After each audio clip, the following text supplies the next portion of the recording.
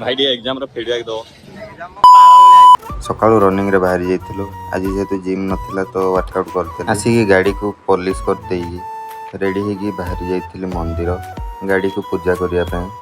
सेठी मते नना कहले जे जाओ धूपटा लगे आस धूप लगे आसला बेलू से पूजा कर सारी मोर 10टा रे एग्जाम थिला देखुन 10टा रे आमे जाउछ तापर एग्जाम सारिकी पळा आस्थिली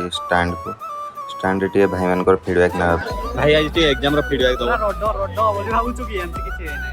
आ मैथ एग्जाम रे केम देबो मैथ एकदम सीधा बैक लगाई छै एटी आ भाई तमरो